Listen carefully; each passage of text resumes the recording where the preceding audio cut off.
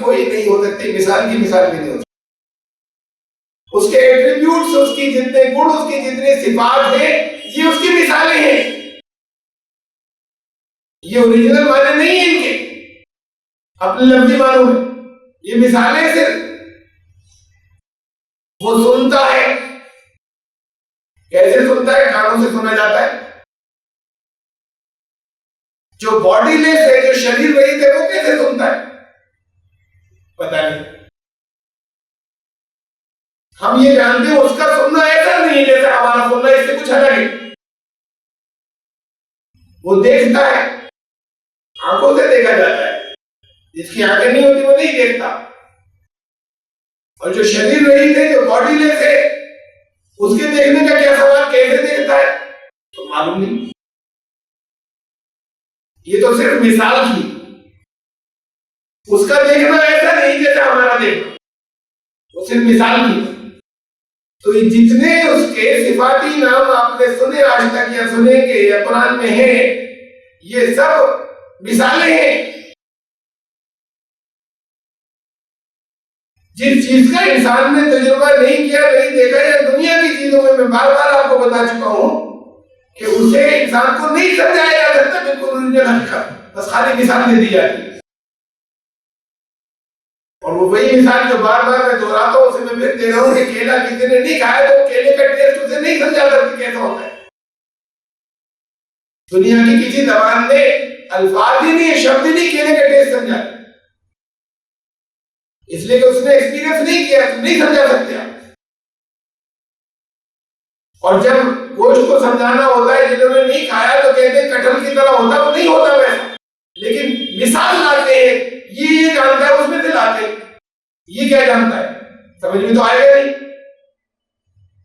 موٹی سی موٹی کتابیں کے نہیں سمجھا سکتے آپ کیسا ہوتا ہے ٹیسٹ جس نے نہیں کھایا.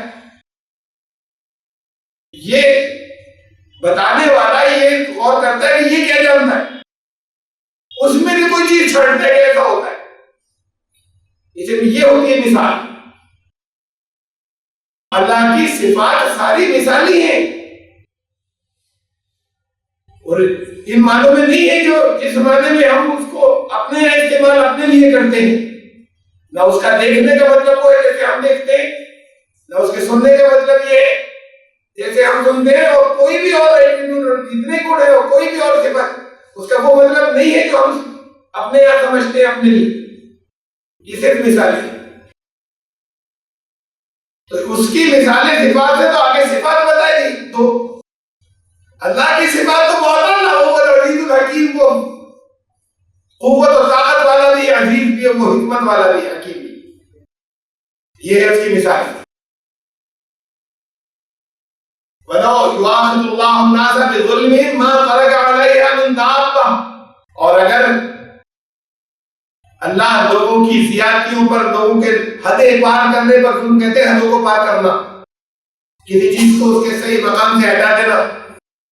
اللہ لوگوں کے ظلم پر اگر سزا دینا شروع کرتا، پکڑ کرنا شروع کرتا، تو زمین پر کوئی بچتا ہی نہیں. اتنی زیادتیاں کرتے ہیں زمین پر، کوئی جاندار نہ بچتا. لوگوں سے اتنی زیادتیاں ہوتی ہے، اگر اسی وقت پکڑ ہونے لگ جائے، سزا ملنی شروع ہو جائے. تو یہ جو یہ پچھلی بات پہلے سے جو چلا آ رہا ہے اسے سمجھائیے اللہ کو کہ تم جو یہ سمجھ رہے ہو کہ یہ زندگی یہاں پر تو ان کو نقصان پہنچا نہیں، تو بعض لوگوں کو تمہیں لگتا ہے نہیں پہنچا، یہاں بھی ملتا ہے، پہنچتا ہے. اور اگر کہیں تمہیں نظر آئے نہیں پہنچا تو یہ بڑا چھوٹا سا حصہ تھا، اس کے بعد پہنچے گا. وہ جو زندگی، اس زندگی کے بعد والی آخرت ہے اس میں ہوگا. اس لیے کہ یہ اصول بتایا، اس لیے کہ اگر اسی وقت کھٹ سے سزا مل جائے تو زمین پر کوئی بچے گا نہیں. پھر ہر ایک اتنی حدیں توڑتا ہے، ہر ایک اتنی زیادتیاں کر جاتا ہے کہ کوئی بچے گا ہی نہیں.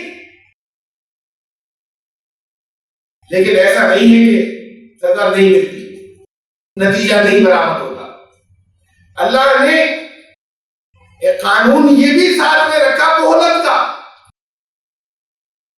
کہ فوراً سزا نہیں دیتے، عمل کا نتیجہ تو اکٹھا ہو رہا ہے. ہاں اللہ کی رحمت اور اللہ کے فضل سے یہ توبہ کی مہلت ہے درمیان میں، اس کا نتیجہ روک دیا جائے گا، نہیں لایا جائے گا تمہارے سامنے اگر تم نے سچی توبہ کر.